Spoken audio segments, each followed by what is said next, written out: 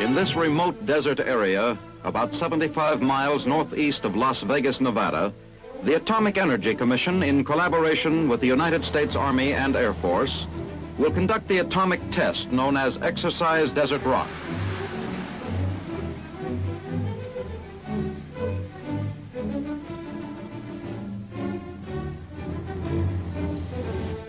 In a land where lizards and sandflies are the only living things, a tent city, Camp Desert Rock, now stands. Here, the participating troops, observers, and service units, numbering more than 5,000 people, will live during the exercise. The Army engineers, Ordnance, Signal Corps, military police, and other branches of the service furnish specialized units to augment the 3rd Corps headquarters, which has been designated as responsible for the planning and execution of the military phase of the test. Though lacking in modern conveniences, the camp adequately supplies the basic needs of the men during their stay in the desert.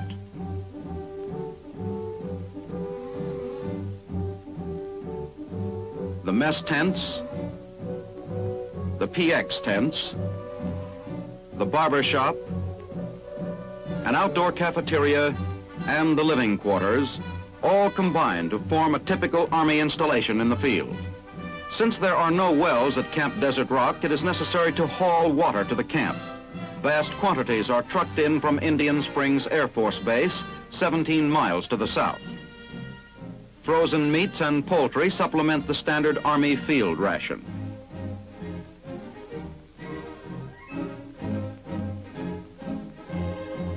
Wind, sweeping across the desert, provokes violent dust storms and blows down tents. Dust and grit fill the air, making life miserable. Later, the portable shower units provide bathing facilities to wash off the grime. Lieutenant General Joseph M. Swing, 6th Army Commander, arrives to confer with Major General William B. Keene, Commanding General of 3rd Corps and Military Director of the exercise, the first in which troops will participate as part of an atomic experiment.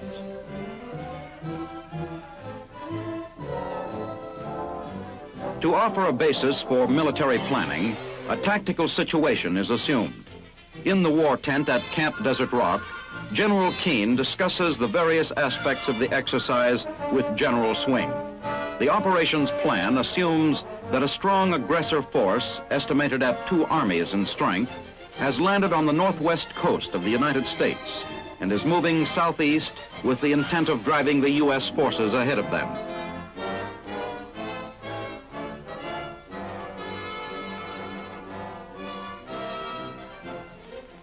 Within a short time, the U.S. 6th Army, consisting of 3 corps, has been forced to withdraw to a line running from the west coast north of Los Angeles through southern Nevada. For the purposes of this exercise, a decision has been made to employ an atomic weapon to destroy this theoretical enemy in front of 3rd Corps and drive him north from his present position. The 3rd Corps plan includes a withdrawal, initially, by one of its infantry divisions into a defensive position. The battalion combat team participating in the exercise is part of this theoretical division. The exercise on the ground will be implemented by one battalion combat team consisting of units of the 11th Airborne Division and the 546th Field Artillery Battalion. The BCT will prepare a defensive position at the test site.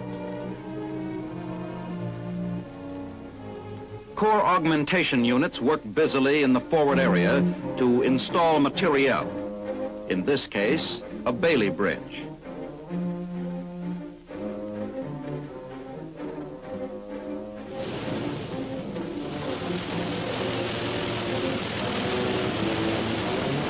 The battalion combat team arrives at Indian Springs Air Force Base with full field equipment. After deplaning, the troops line up, check personal equipment, and prepare to enter buses which will take them to Camp Desert Rock.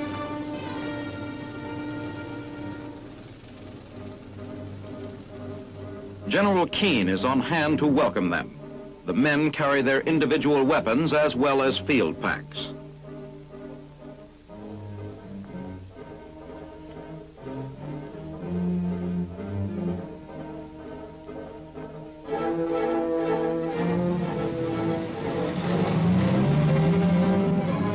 trip from the air base to camp, the men have an opportunity to see the type of country in which they will live and work for several weeks to come.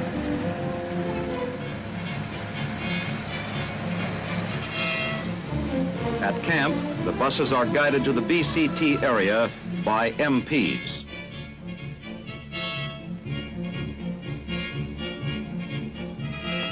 Personal equipment, weapons, and unit equipment are quickly unloaded.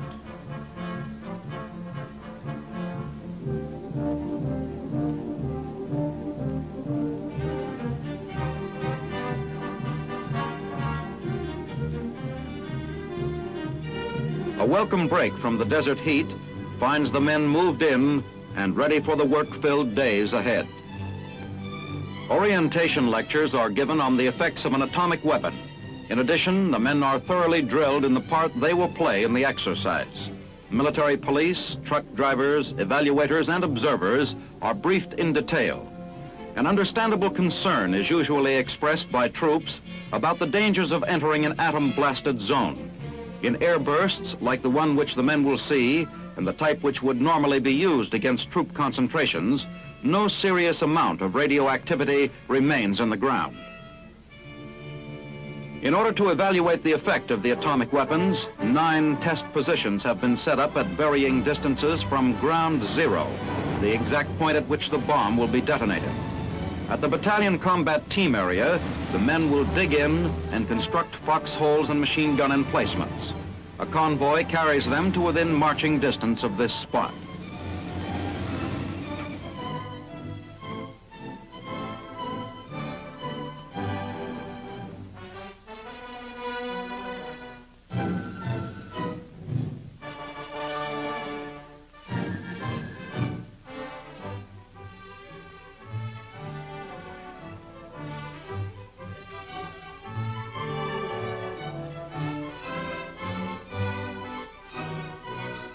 Roll calls are taken frequently to ensure that no man will be left in the potentially dangerous forward area. The BCT begins preparation of its defensive position. Foxholes and gun emplacements will conform to standard Army field fortification plans.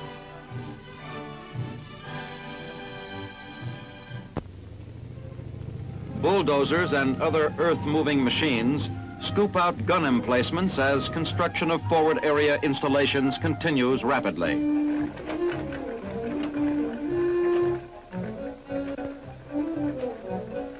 Hundreds of sandbags must be filled.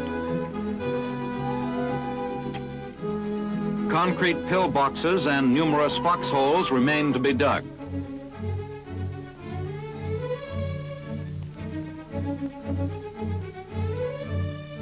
Communications are established and tested.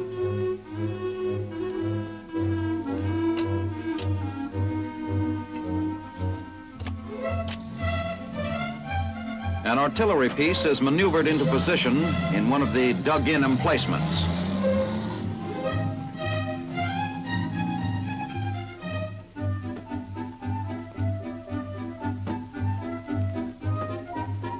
Later, evaluators will inspect the piece to see if it was affected by the bomb.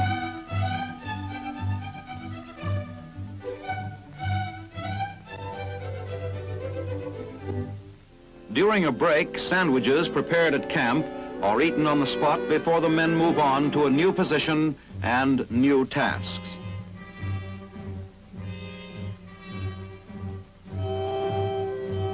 On D-1, 2 film badges are issued to each man of the BCT. These are used to measure cumulative radiation. One will be carried by the man during the test and will record the amount of radiation to which he has been subjected.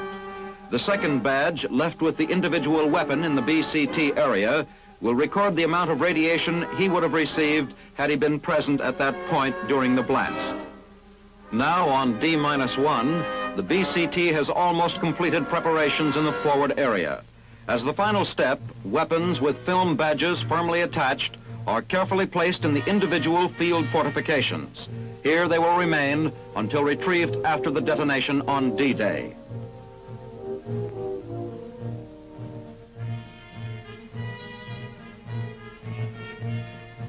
Corps augmentation units are completing the positioning of other test materiel at distances ranging from approximately 1/2 mile to 3½ miles from ground zero.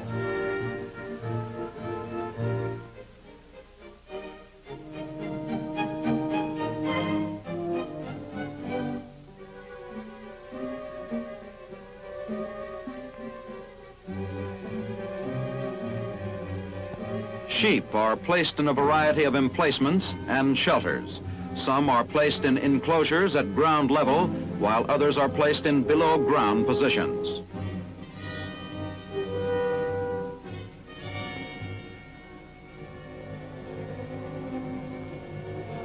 This sheep is being placed in a 10-foot square emplacement below ground level.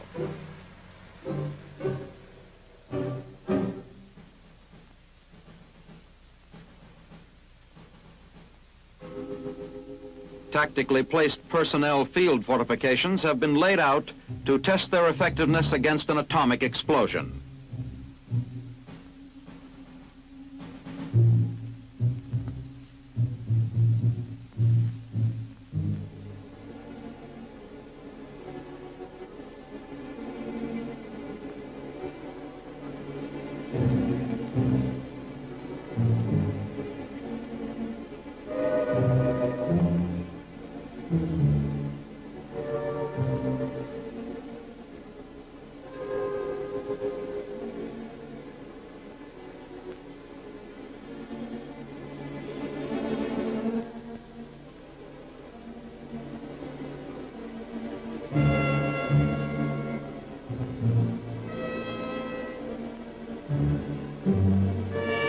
Test samples of several types of ammunition are placed in exposed positions above ground, with corresponding samples being placed in protected positions.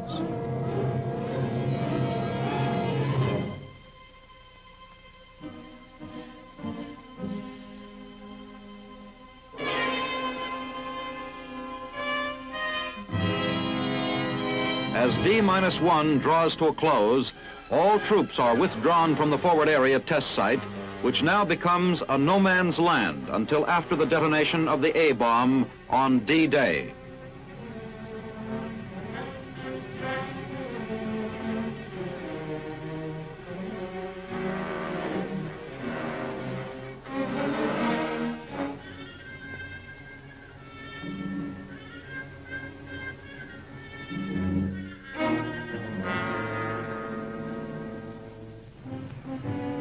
Early on the morning of D-Day, convoys carrying the battalion combat team, radiological safety personnel, effects evaluators, and official observers wind their way through the mountains on the 27-mile trip from Camp Desert Rock to the test site.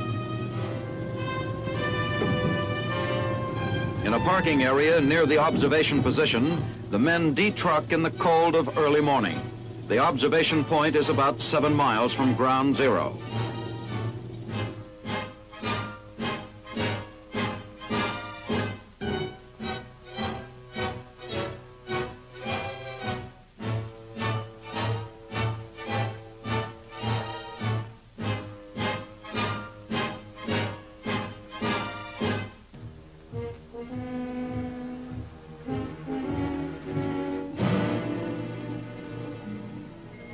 General Mark Clark, Lieutenant General Swing, and Major General Keene, together with other observers, are present to witness the blast of the bomb, which will be dropped from a high-flying aircraft. High Department of Defense officials and congressional representatives await each hour. Final briefings have brought the men up to date on the various conditions of the test. It is believed they will experience less fear during the blast because they have learned that radioactive elements from air bursts are carried into the stratosphere in a cloud, where they mix rapidly with the upper air currents. The bomb will be detonated only if all predetermined requirements are met, including weather conditions. BCT personnel are interviewed to determine the effect of orientation lectures. Sergeant O'Brien, I understand you're the acting first sergeant of your company. Yes, sir, that's right. How many of your men do you think would volunteer to go up and be in one of those foxholes when the bomb went off? Oh, I'd volunteer, I guess, for about a half a dozen. At least half a dozen? Yes, sir. You know, that's quite a loud noise that bomb makes when it goes off. Do you think it would do you any harm? No, I don't think the noise would, sir, no. How about radiation? Do you think there's much danger from radiation? Well, radiation is the least of the worries that the men are thinking about. I think most people thought that radiation was the greatest danger, didn't they? Where did they learn different? We were, prior to our instructions here, we received a very thorough briefing before we even came in this close to contact with it. You feel that those instructions have given you confidence in your ability Very much to so, very protect much. yourself? Yes, sir.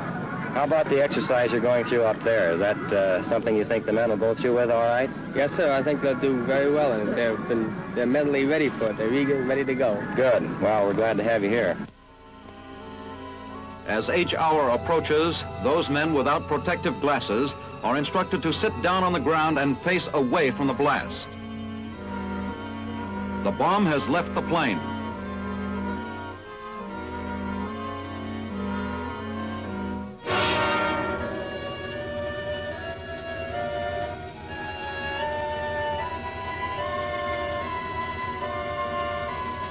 Within 30 seconds will come the thunderous roar of the explosion 7 miles away.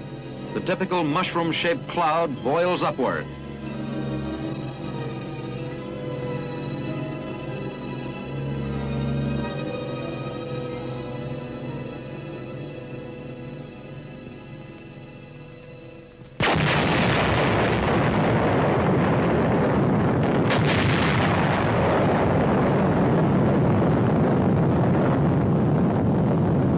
Only 10% of all injuries from high atomic airbursts are from X and gamma rays. Reports indicate that these are the greatest concern of the average citizen and soldier.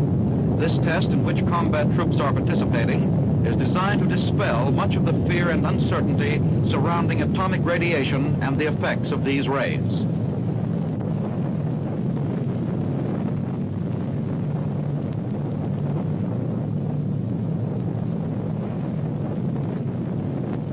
Casualties from an atomic explosion are estimated to be in the following proportions. From blast and missile, 60%. From flash burns and heat, 30%. And from radiation, 10%.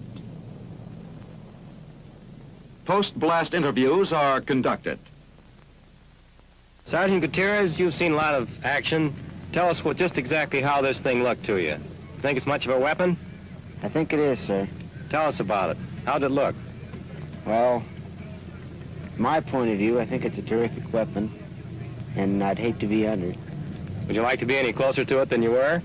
If I did, sir, I think I'd dig the hole a little deeper. Sergeant Brewster, can you tell us whether you think that the orientation you had for this weapon prepared you for what you saw out here? Yes, sir, it did. How about the fear that you felt? Did they prepare you against that? Yes, sir, they did. They told us enough so that, well, our fear was cut down so much more than it was before the orientation that we hardly had any fear at all. Would you have confidence that you'd be able to go right in there now and carry out your tactical mission a few minutes after the blast? Yes, sir. How close do you think, now that you've seen it, you'd be willing to be? Well, sir, I'll tell you that after I see them positions up there. Well, you know you dug some foxholes about a few miles away, and you're going to see just what things look like in there. Yes, sir. What are you going to do after you look at your positions? Well, if we look at positions, we'll pick up our weapons and we'll move in toward ground zero, see what the area looks like in there. And toward. Did you feel now, after it's all over, that you've had a big letdown, that there's any disappointment in this weapon? No, sir, there's no disappointment. No disappointment. It's certainly a powerful weapon. I can't understand how anything so beautiful can be so destructive. Radiological safety teams sent out to measure residual radiation report that the forward area is safe to enter. As their part of the tactical exercise, the BCT entrucks to move up to its previously prepared position.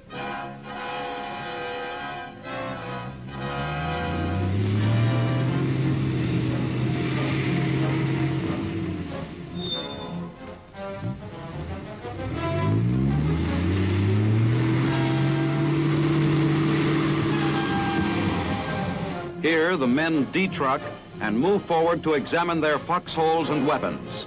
Soon, each man will see for himself what his chances for survival would have been had he been in his foxhole at the time of the blast. In recovering their weapons from the foxholes, the men find little damage done to either the weapon or the dug-in position. Information from the radiological instruments indicate that a negligible amount of radiation exists at this position, approximately 2 miles from ground zero. Film badges are removed from weapons and will be turned over to technical personnel for processing. The BCT receives a briefing in which the condition of equipment and emplacements is discussed. Preliminary observations indicate that a man in a foxhole caught this close to an atomic explosion would be reasonably safe. The commanding officer of the battalion combat team gives the signal for the advance toward the BCT objective, an area approximately 1/2 mile from ground zero.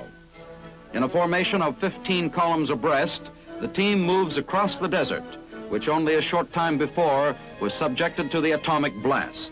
In theory, they are launching an attack against a foe which has been stunned by an atomic weapon used in close tactical support of ground troops.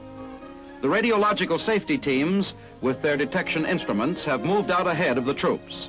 The evaluators who follow shortly after will examine field fortifications and equipment for evidence of blast and heat damage as a basis for reports to be rendered by the effects evaluation group. Here, an ordnance evaluator finds a carbine-mounted snooper scope only slightly damaged, damage which can be repaired in the field.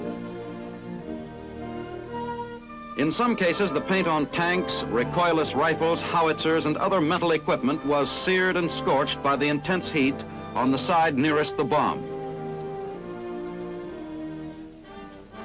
Portions of a test bridge were damaged. Some weapons are blown over. Rubber parts and sections of tires are found to have melted. Telephone equipment sustained the blast and heat without serious damage.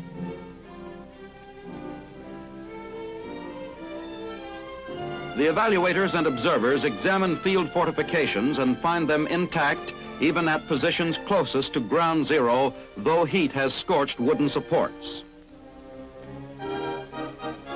Sheep below ground level in zigzag trenches show no visible sign of blast or heat effects. However, those in pens on the ground surface sustained wool burns. Blood samples are taken.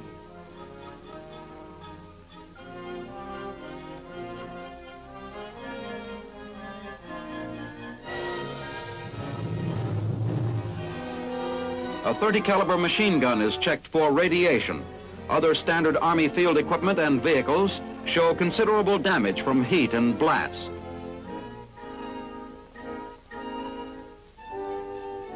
Portions of sandbags exposed to the heat were burned.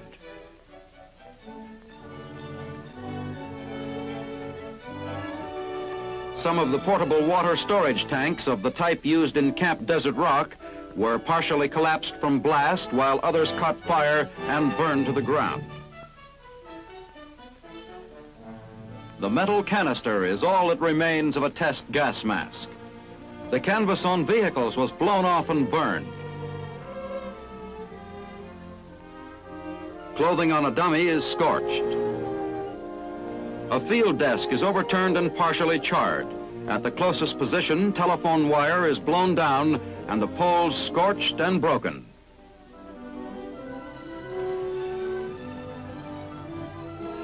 Fabric samples of different types show reactions to heat and blast.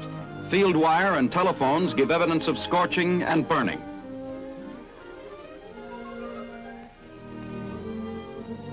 In touring the test site, it has become increasingly evident to the observers that subsurface emplacements offer considerable protection from nearly all but direct hits or low overhead bursts. The battalion combat team continues its march toward positions closer to ground zero. As they enter the blast area within an hour after the detonation, they realize the danger of radiation sickness from an air burst is slight.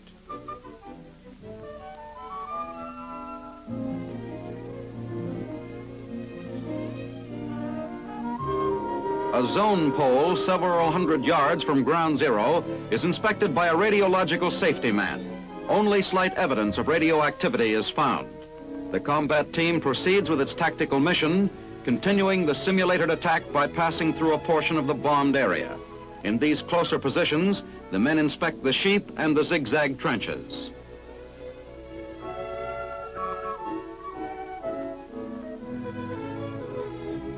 At one of the test positions, the men are briefed concerning damage to the various test positions which they have just seen. Later, the effects and evaluation group will prepare detailed reports on the results of the test for distribution to persons concerned with the tactical use and development of atomic weapons.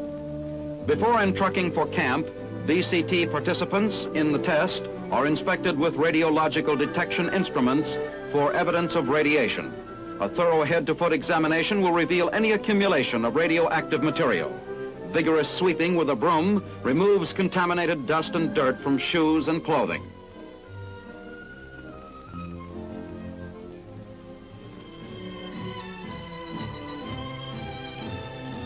As exercise Desert Rock is concluded, initial reactions are: it is possible to utilize an atomic weapon in close support of ground troops in those cases where the conditions surrounding its use are carefully considered and where participating troops are fully indoctrinated in the capabilities and effects of an atomic weapon.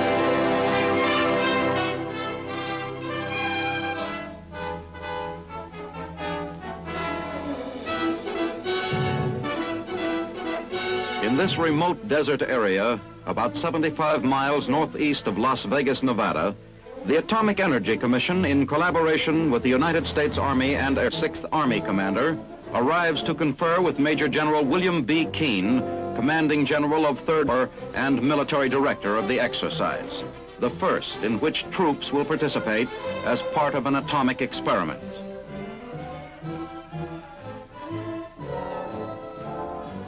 To offer a basis for military planning, a tactical situation is assumed. In the war tent at Camp Desert Rock, General Keane discusses the various aspects of the exercise with General Swing. The operations plan assumes that a strong aggressor force, estimated at 2 armies in strength, is units to augment the 3rd Corps headquarters, which has been designated as responsible for the planning and execution of the military phase of the test. Though lacking in modern conveniences, the camp adequately supplies the basic needs of the men during their stay in the desert.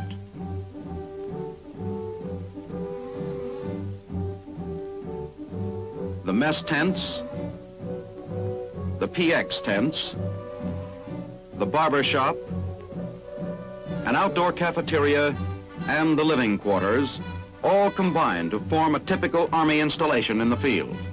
Since there are no wells, Air Force will conduct the atomic test known as Exercise Desert Rock.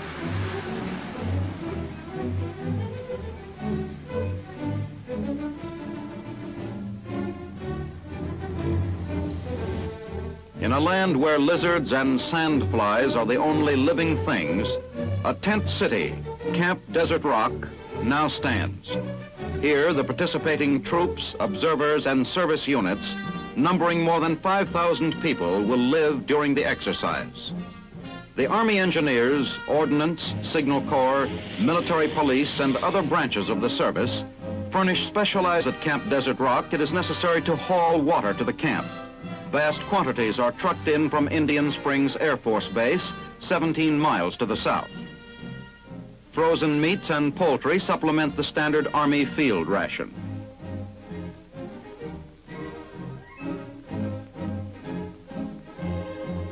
wind, sweeping across the desert, provokes violent dust storms and blows down tents. Dust and grit fill the air, making life miserable. Later, the portable shower units provide bathing facilities to wash off the grime. Lieutenant General Joseph M. Swing